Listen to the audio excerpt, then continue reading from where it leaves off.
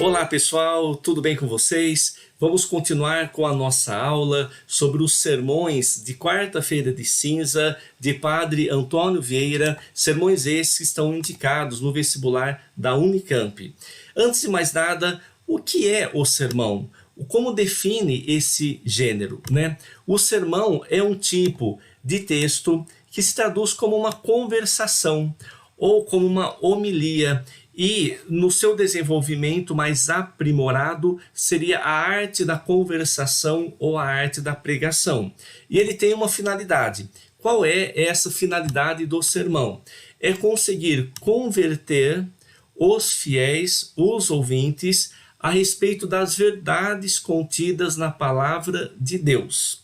Então veja, é algo assim bem barroco por natureza, porque se é palavra de Deus, já subentende que há uma verdade inquestionável, mas diante do exílio de muitos fiéis que vão deixar a Igreja Católica, fez-se necessário, através da Contra-Reforma, todo um trabalho catequético de reconversão dos fiéis perdidos. E o Vieira vai ser assim um grande exemplo desse contexto em que estamos inseridos, ok? E qual é a estrutura do sermão? É uma estrutura clássica e racional, ou seja, Vieira herda algo que veio lá do Renascimento, lá do classicismo. Resumidamente, é uma estrutura início, meio e fim, ok? Mas aqui nós temos as partes, tecnicamente falando, do sermão, que seria o seguinte: há um introito ou exórdio em que se introduz o assunto, ok? Aí nós temos a proposição, o propósito do sermão, ou seja, o tema que vai ser desenvolvido. Depois, uma invocação a uma força superior, e normalmente ou é Nossa Senhora, ou é Deus, ou é Jesus. Aí nós temos os argumentos, né, desenvolvidos pelo autor, argumentos esses em que há uma ideia central e a ramificação em pontos principais, visando a conversão e o convencimento dos ouvintes, ok? Aí a conclusão, recupera-se princípios já desenvolvidos anteriormente, e aí dá-se o grande finale, ou dá-se o clímax ali do sermão. Tudo bem? Quais são os sermões da quarta-feira de cinza? São 3 sermões pregados em anos distintos, porém todos teriam sido escritos e pregados lá na Itália, lá em Roma, durante o tempo em que o Padre Vieira lá esteve para defender-se das acusações da Inquisição portuguesa, ok?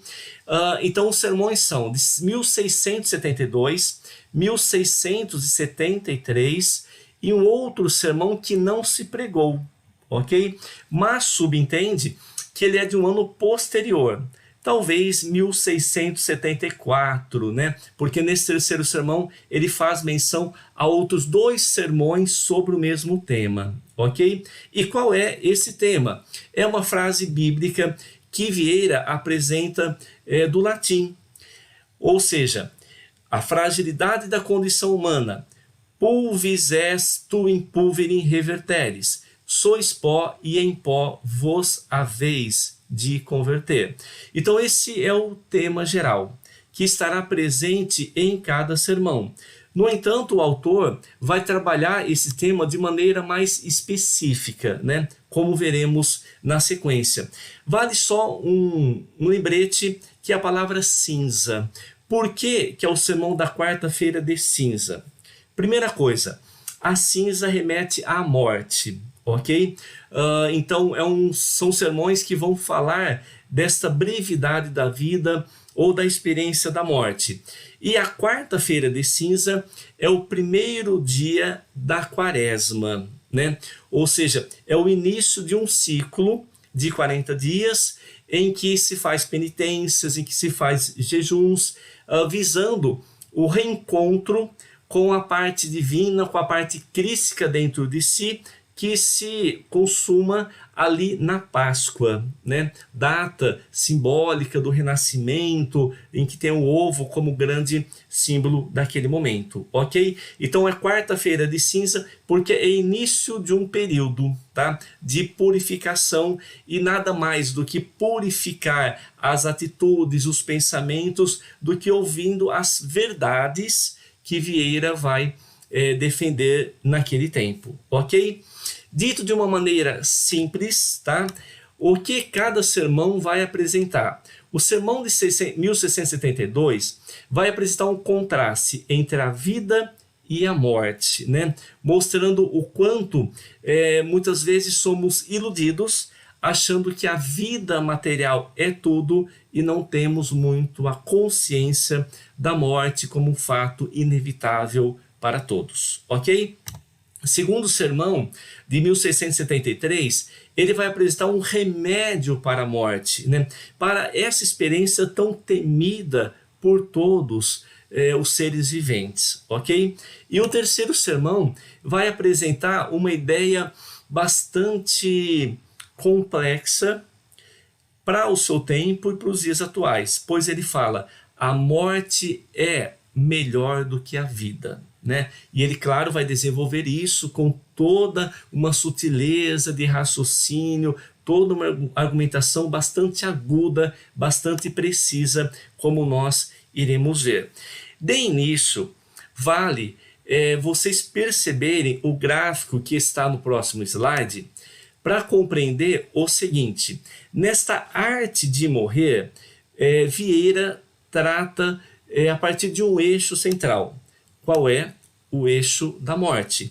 E aí ele vai desenvolver todo esse eixo numa espiral, mostrando argumentos, contra-argumentos, tudo visando converter os fiéis a respeito da verdade contida no versículo bíblico e nas ideias que ele vai apresentar, ok?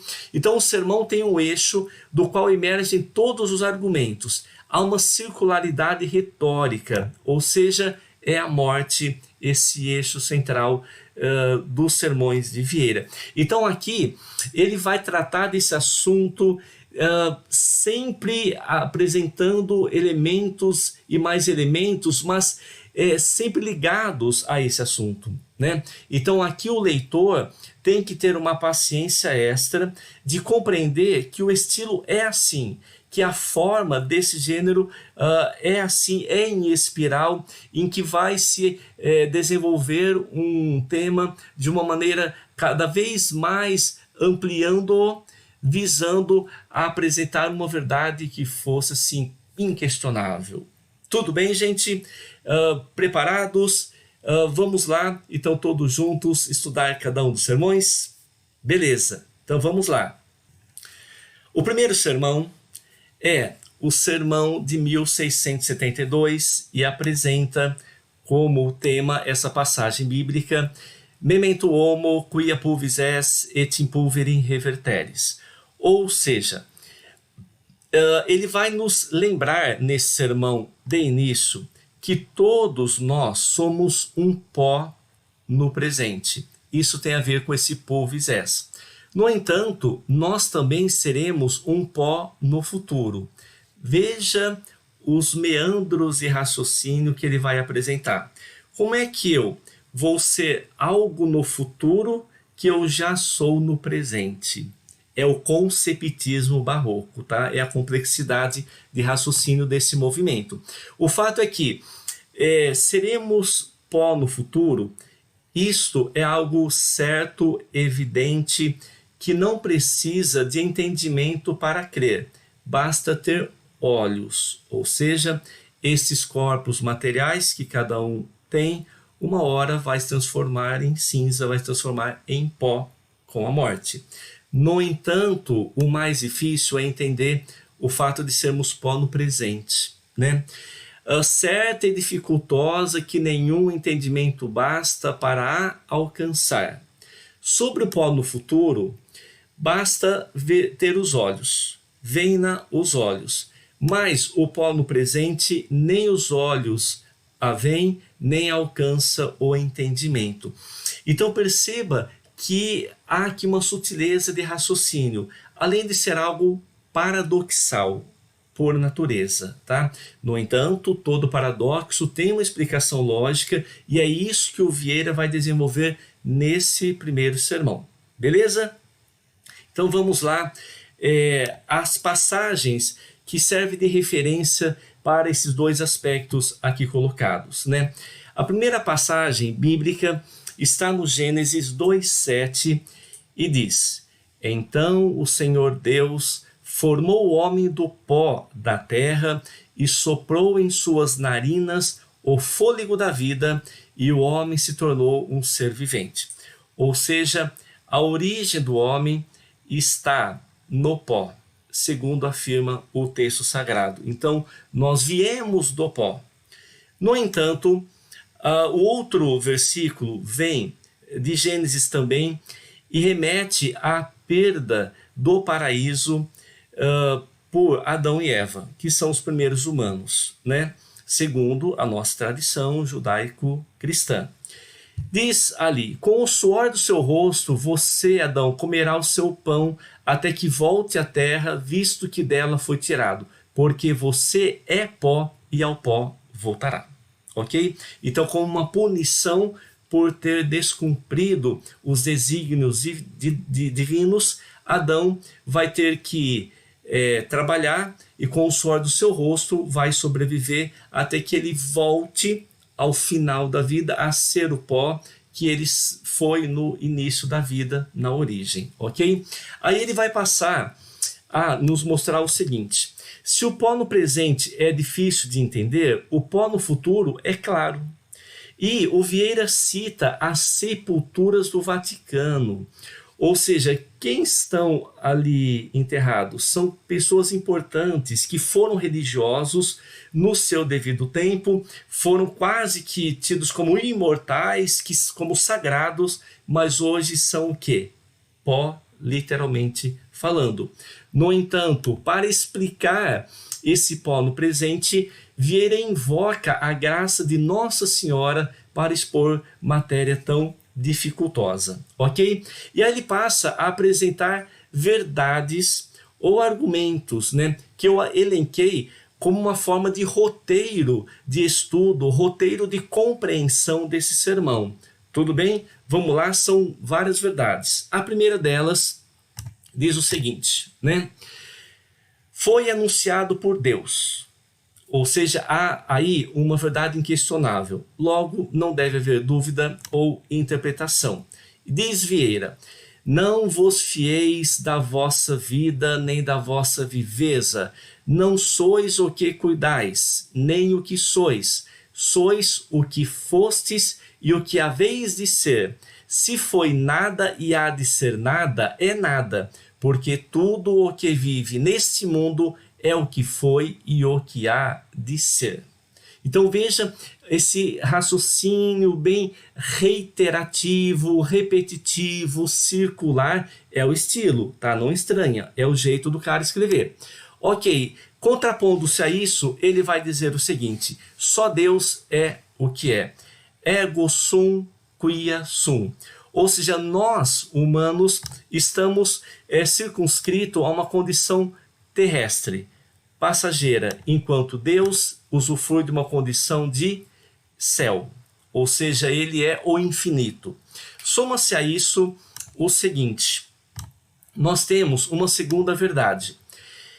O pecado original, ele cita Adão e a perda do paraíso. Então diz: se o homem é descendente de Adão, e se Adão cometeu o pecado original, todos somos pecadores. Ou seja, todos somos pó no presente, polvis est. Aqui a gente já pode perceber que esse pó no presente é uma metáfora. Metáfora do quê? De pecado. Somos pó no presente, somos pecadores no presente, ok?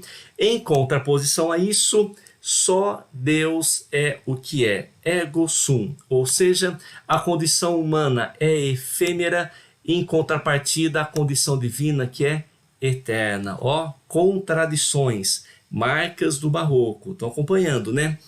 Terceira verdade que ele vai nos apresentar. Cita Abraão e Jó, que reconheceram a passagem Pulvisés, ou seja, personagens bíblicos que mostram que Vieira tem razão no que ele está sentindo, né, do que ele está dizendo. Uma quarta verdade, Vieira vai explicar a diferença de sentido entre convertereis e revertereis.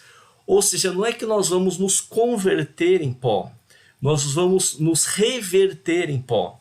Qual é a diferença? Converter é transformar-se em outra coisa que não se era antes. Já reverter é voltar a ser o que já é desde a origem, pó.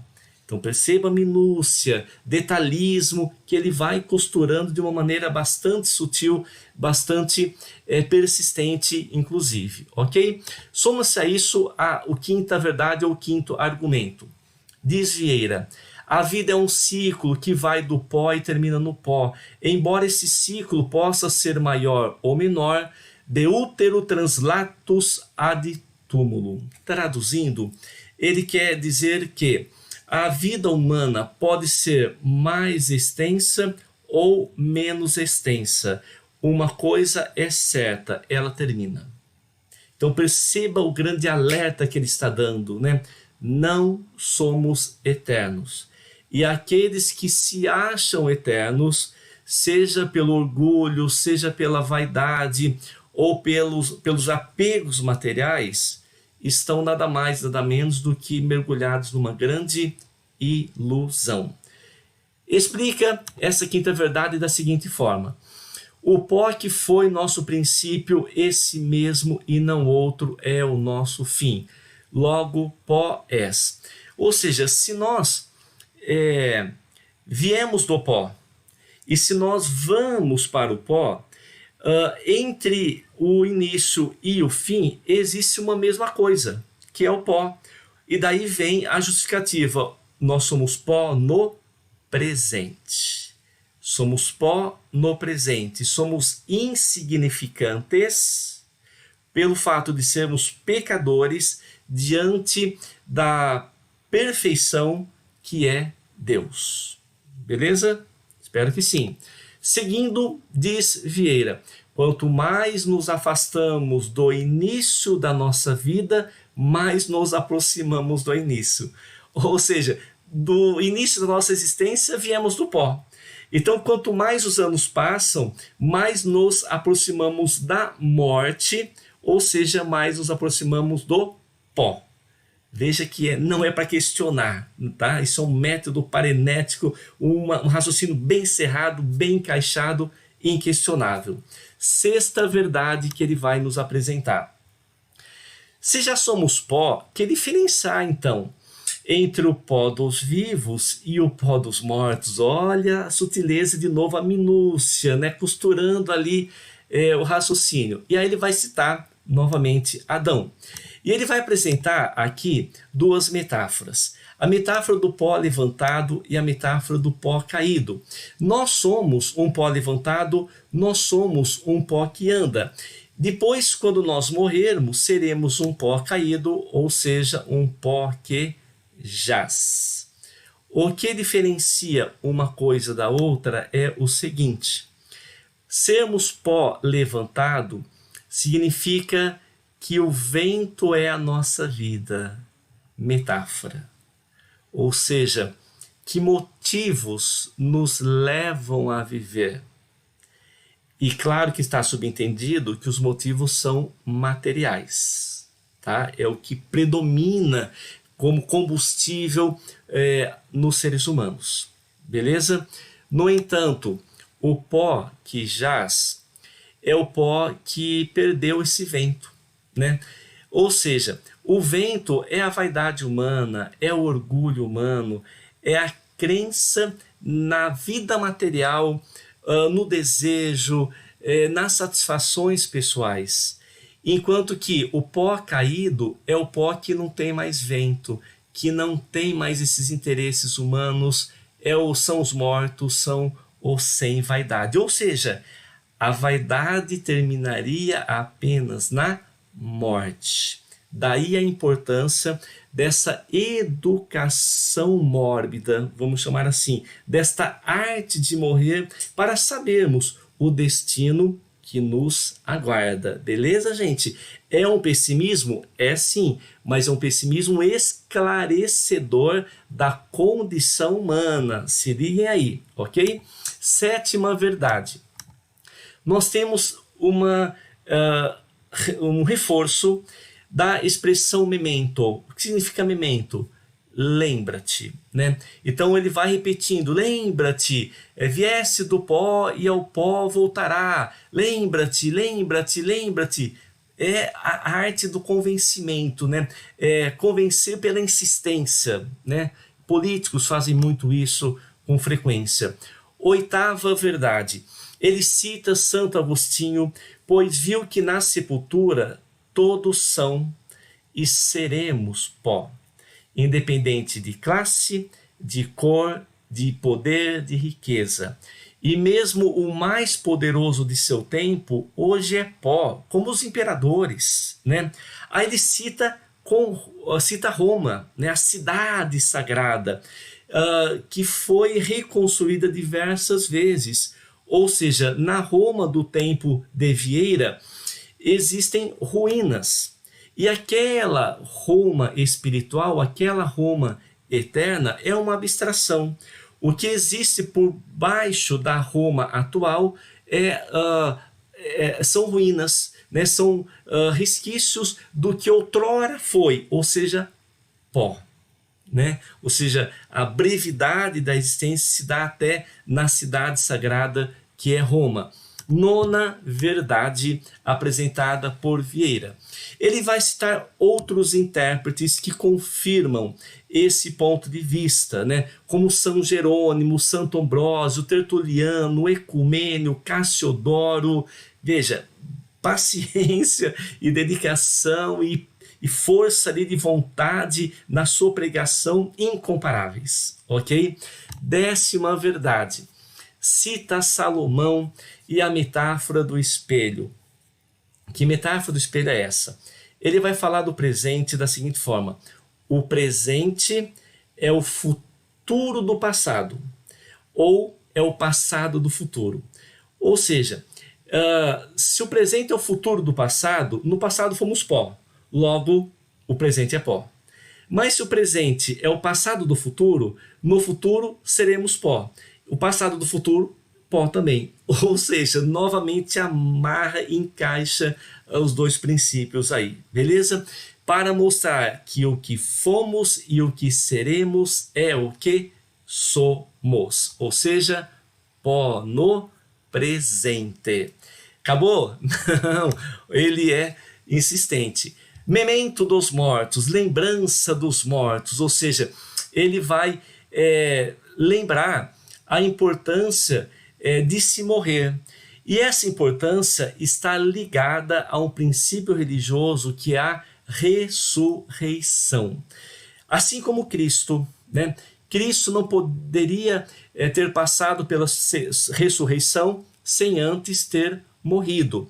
E aí diz o Vieira: lembra-se, pois, o pó caído que há de ser pó levantado. Ou seja, é através da morte que a gente alcança a glória eterna. Todos. Aí está um detalhe que ele vai argumentar mais para frente, ok? Diz o Vieira aqui: morrerei no meu ninho, e cita Jó, e como fênix multiplicarei os meus dias. Os dias soma-os a vida, diminui-os a morte e multiplica-os a ressurreição. Ou seja, a ressurreição está ligada a uma ausência de tempo, é a eternidade. Mas essa eternidade pode estar ligada ao destino celestial, à salvação, ou ao destino infernal, à perdição. Beleza? E aí ele apresenta a 12ª verdade. Todos nascemos para morrer e morremos para ressuscitar. Olha a vantagem de se morrer. Daí que, se no nascimento nós somos filhos dos nossos pais, na morte nós seremos filhos de nossas obras. Olha onde que ele vai chegar, tá? Ressalta que o medo maior não é o da morte, mas o que acontecerá após a morte. E claro que isso depende de como lidamos com o pó vivente ou com o pó levantado que nós somos. Beleza? Soma-se a isso o seguinte, afirma o Vieira. Quando considero na vida que se usa, acho que não vivemos como mortais, nem vivemos como imortais.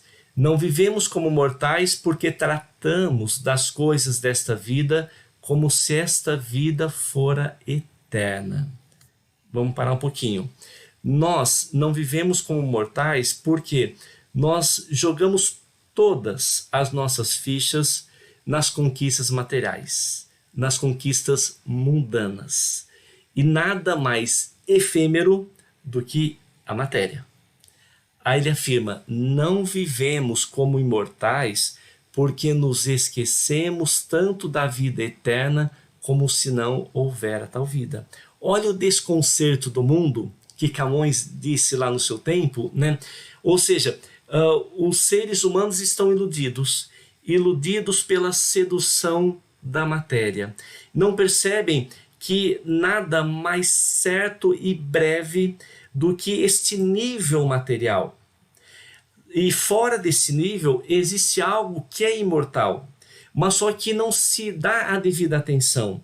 Então vive-se como se fosse eterno, alimentando-se dos orgulhos e das vaidades, como se isso fosse uma segurança, como se isso fosse a grande salvação. Beleza? Consequências disso daqui, desse desconhecimento, são as vaidades, as luxúrias, os desejos, os enganos, a inconsequência de que todo mundo age sem perceber a consequência daquilo, ok? E o materialismo, por fim, ok? Então veja que isso está reforçando a ideia anterior até que nós chegamos à 12ª verdade, em que ele vai afirmar o seguinte: somente corrigindo os delitos em vida, o homem alcançará a imortalidade. Que delitos seriam esses? Pecados?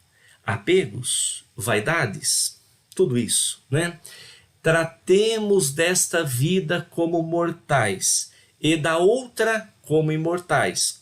Pode haver loucura mais rematada, pode haver cegueira mais cega, que empregar-me todo na vida que há de acabar e não tratar da vida que há de durar para sempre? Veja, pergunta que ele deixa no ar e cabe ao ouvinte refletir um pouco sobre essa pergunta, né? Ou seja, o objetivo central desse sermão é essa correção, né? Correção dos hábitos e dos comportamentos em vida. Aí chegamos à conclusão desse sermão. Sugere Vieira, reservar 1 hora por dia para uma conversa com Deus. Então ele afirma, tomar 1 hora cada dia em que só com Deus e conosco cuidemos da nossa morte e na nossa vida. Ou seja, considerar essa imortalidade divina, que é Deus e somos nós, ou poderemos alcançar, né, junto de Deus. Aí nós chegamos ao desfecho, que é o seguinte: 4 pontos deve se levar em consideração nesta hora, vai afirmar o Vieira. Primeiro, quanto eu tenho vivido? Como eu tenho vivido? Quanto eu posso ainda viver? Como é que eu devo fazer para bem viver? Percebam, reflexões interiores, reflexões íntimas, para que o ouvinte compreenda nessa quaresma o quanto ele está envolto num labirinto material, num labirinto existencial e que ele precisa se libertar disso. Porque se ele não se libertar em consciência, a morte vai ser o meio de libertação. Ou seja, algo mais trágico. Em síntese, o que nós temos aqui nesse sermão é o seguinte: Vieira esclarece os ouvintes de sua mortalidade e aconselha a reservar um tempo para refletir sobre a insignificância dos valores materiais. Ou seja, há um temor maior que Vieira embute nesse sermão. Não é o da morte, mas o que vai acontecer depois da morte, ou seja, essa condenação por toda a eternidade. Tá claro? Dá para entender até aqui? Sobre esse sermão, vale ressaltar um detalhe, ainda muito significativo e que mostra a inovação que Vieira vai ser no seu tempo. Olha só o que aparece. No tempo de Vieira, e esse é o esforço dele, ele vai desenvolver uma arte de morrer. Em contraposição ao que se conhecia na Idade Média como artes moriendi. Ou seja, na Idade Média considerava-se que a salvação do indivíduo se dava no seu quarto, nos momentos prestes a morrer. Ou seja, acreditava-se que por meio do arrependimento, da busca do perdão junto de Deus, alcançaria esse perdão e alcançaria essa salvação. Ou seja, na Idade Média se defendeu muito que o último instante antes da morte é fundamental para a salvação ou a perdição. Mas veja que é um raciocínio simplista, né? Quer dizer que todos os meus pecados se dissolvem simplesmente eu me arrependendo desses pecados? Vieira é um herdeiro do renascimento. Não podemos deixar de considerar isso. Ou seja, ele é racional. Então, se alguém vai obter a salvação, tem que desenvolver toda essa arte de morrer, conscientizar-se de que a vida material é uma vida breve, uma vida passageira, e assim tomar os cuidados para que na hora da morte possa estar mais consciente, mais preparado para a experiência, né, que é infalível com todos os seres humanos. E percebam do que nós vimos que esse sermão de Vieira desenvolve todo um raciocínio em espiral, em que ele mostra, remostra, argumenta, contra-argumenta, tudo visando a comprovar a verdade que ele quer nos apresentar. Certinho, gente? E esse foi só o primeiro sermão. Aguardo vocês no próximo, tá bom? Valeu, um beijo e até mais.